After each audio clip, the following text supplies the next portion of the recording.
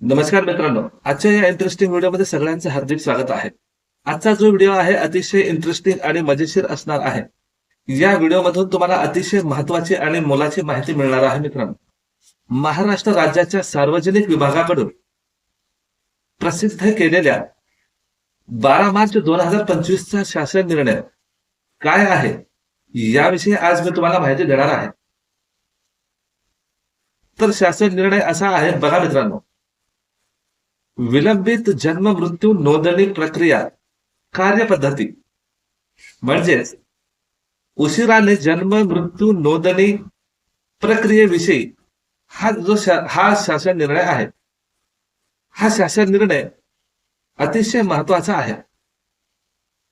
तर बघा मित्रांनो, 1 वर्ष किंवा त्याहून अधिक काळ लोटला असेल तेव्हा कागदपत्राची जुळवाजुळवी वेळेवर झाली नसेल किंवा अपूर्ण माहिती किंवा अपूर्ण कागदपत्रे असल्याने कुठे जावे याकरता काय करावं लागेल, अशा बऱ्याचशा अडचणी लोकांना येत असतात. मग अशाच लोकांकरिता हा व्हिडिओ अतिशय मोलाचा व्हिडिओ ठरणारा व्हिडिओ आहे मित्रांनो. तर एक एक पॉइंट व्यवस्थित बघून घ्यायचा आहे, वाचून घ्यायचा आहे आणि त्यामधून काय माहिती दिली जाते याकडे लक्ष असणं सुद्धा तुमचं तेवढं गरजेचं आहे मित्रांनो. तर या शासन निर्णयाविषयी सर्वच नागरिकांना माहिती असणं अति आवश्यक आहे. जर शासन निर्णयाची माहितीच नसेल तर तुम्ही नवीन सुधारणा केलेल्या या शासन निर्णयाविषयी बऱ्याचशा लोकांना माहिती नसते. तर अशा लोकांपर्यंत हा व्हिडिओ शेअर करा, जेणेकरून सगळ्यांना हा व्हिडिओ उपयुक्त आणि फायदेशीर ठरेल मित्रांनो. तर अति वेळ न घेता सुरू करूया आजचा आपला हा व्हिडिओ. नमस्कार.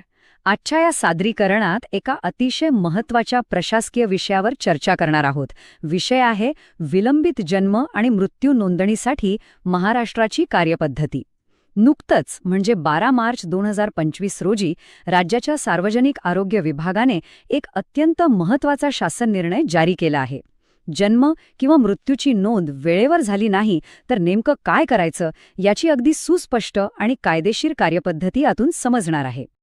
आता सर्वात कळीचा मुद्दा, जन्म किंवा मृत्यूची नोंदणी करायला 1 वर्षापेक्षा जास्त उशीर झाला तर काय करायचं? बऱ्याचदा माहितीच्या अभावामुळे अनेकांची धावपळ उडते, कागदपत्रांची जुळवाजुळव करताना नाकी नऊ येतात. पण काळजीचं कारण नाही. चला या विषयाच्या मुळाशी जाऊया. नवीन नियमांनुसार ही संपूर्ण प्रक्रिया आता कशी सुटसुटीत झाली आहे ते पाहूया. या संपूर्ण प्रक्रियेची रूपरेषा थोडक्यात पाहूया. 1. नवीन शासन निर्णय 2025. 2. 1 वर्षापेक्षा जास्त विलंब. 3. टप्पा 1 पडताळणी. 4. टप्पा 2 दंडाधिकाऱ्यांची मंजुरी. आणि 5. कायदेशीर कारवाई व इशारा. भाग 1 नवीन शासन निर्णय 2025. ही जी नवीन कार्यपद्धती आहे ना, ती मूळ जन्म मृत्यू नोंदणी अधिनियम 1969 आणि 2023 मध्ये झालेल्या महत्त्वाच्या सुधारणांवर आधारित आहे. सार्वजनिक आरोग्य विभागाचा हा अधिकृत शासन निर्णय आहे. त्याचा क्रमांक 2525 आणि दिनांक आहे 12 मार्च 2025. कोणत्याही सरकारी प्रक्रियेत हे संदर्भ खूप महत्त्वाचे असतात, कारण तीच या संपूर्ण प्रक्रियेची कायदेशीर पायाभरणी असते. भाग 2 1 वर्षापेक्षा जास्त विलंब. इथं लक्षात घेण्यासारखा अत्यंत महत्त्वाचा मुद्दा असा आहे की जर जन्म किंवा मृत्यूची घटना घडून 1 वर्षापेक्षा जास्त कालावधी उलटून गेला असेल तरच या विशेष प्रक्रियेची गरज पडते. बरोबर 1 वर्ष उलटलं की दंडाधिकाऱ्यांच्या मंजुरीची अट लागू होते आणि सोबतच शासनाकडून विलंब शुल्क म्हणजेच लेट फी देखील आकारली जाते. ही प्रक्रिया नक्की कशी पुढे जाते ते बघूया. या प्रवासाचे 2 मुख्य टप्पे आहेत. पायरी 1 स्थानिक पडताळणी करणं आणि अनुपलब्धता प्रमाणपत्र मिळवणं. आणि पायरी 2 दंडाधिकाऱ्यांचा अधिकृत आदेश प्राप्त करणं आणि विलंब शुल्क भरणं. कोणाचीही दिशाभूल होऊ नये आणि काम वेळेत व्हावं यासाठी हे 2 टप्पे अत्यंत सुलभ करण्यात आले आहेत. भाग 3 टप्पा 1 पडताळणी. सुरुवात होते ती पुराव्यांपासून. यात प्रामुख्याने रुग्णालय प्रमाणपत्र, लसीकरणाची नोंद, शाळेचा दाखला, अधिवास किंवा डोमिसाईल प्रमाणपत्र, आधार कार्ड, पॅन कार्ड आणि वीज पावती अशा कागदपत्रांचा समावेश होतो. प्रक्रियेला गती देण्यासाठी यापैकी योग्य ती कागदपत्र फाईलमध्ये असणं अत्यंत गरजेचं आहे. जेवढे पुरावे भक्कम, तेवढी ही पडताळणीची गाडी वेगात धावते. पण थांबा, केवळ कागदपत्र जमा केली म्हणजे काम झालं असं अजिबात नाहीये. अर्जदार खरोखरच स्थानिक रहिवासी आहे का याची प्रत्यक्ष पडताळणी आणि रीतसर औपचारिक पंचनामा करणं अधिकाऱ्यांसाठी सक्तीचं आहे. म्हणजे काय तर अधिकारी प्रत्यक्ष जागेवर जातात, लोकांशी बोलतात आणि घटनेच्या सत्यतेची खातरजमा करतात.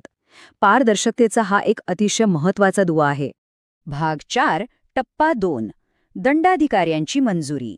एकदा का पहिल्या टप्प्यात कागदपत्रांची फाईल पूर्ण झाली की तो प्रस्ताव थेट दंडाधिकाऱ्यांच्या टेबलावर जातो. तिथे या प्रस्तावाची आणि जोडलेल्या पुराव्यांची अक्षरशः सखोल तपासणी होते. सगळं काही नियमानुसार असेल तर विलंब शुल्क आकारलं जातं.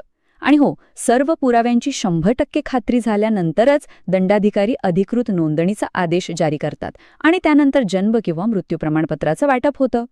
भाग 5 कायदेशीर कारवाई आणि इशारा. आता ह्या संपूर्ण प्रक्रियेतला सर्वात गंभीर आणि लक्षवेधी मुद्दा म्हणजे हा थेट इशारा. खोटी माहिती देऊन किंवा बनावट पुरावे सादर करून नोंदणीचा प्रयत्न केल्यास थेट कायदेशीर कारवाईचा बडगा उगारला जाईल. पडताळणी दरम्यान कोणतीही छेडछाड किंवा बनावट कागदपत्र आढळली तर तातडीने पोलिसांना पाचारण करण्याचे स्पष्ट निर्देश आहेत. त्यामुळे इथे प्रामाणिकपणा आणि पारदर्शकता याला कोणताही पर्याय नाही. सरतेशेवटी एक गोष्ट नक्की लक्षात घ्यायला हवी. जन्म आणि मृत्यूची नोंदणी हे केवळ एखादं सरकारी कागदोपत्री काम नाही, तर ते एक अत्यंत महत्त्वाचं, अनिवार्य असं कायदेशीर कर्तव्य आहे. वेळेत नोंदणी करणं हाच नागरी हक्कांचं संरक्षण करण्याचा सर्वात सोपा आणि खात्रीशीर मार्ग आहे. या सादरीकरणातून ही संपूर्ण प्रशासकीय कार्यपद्धती नक्कीच स्पष्ट झाली असेल. पण जाता जाता एक प्रश्न नक्कीच उपस्थित राहतो.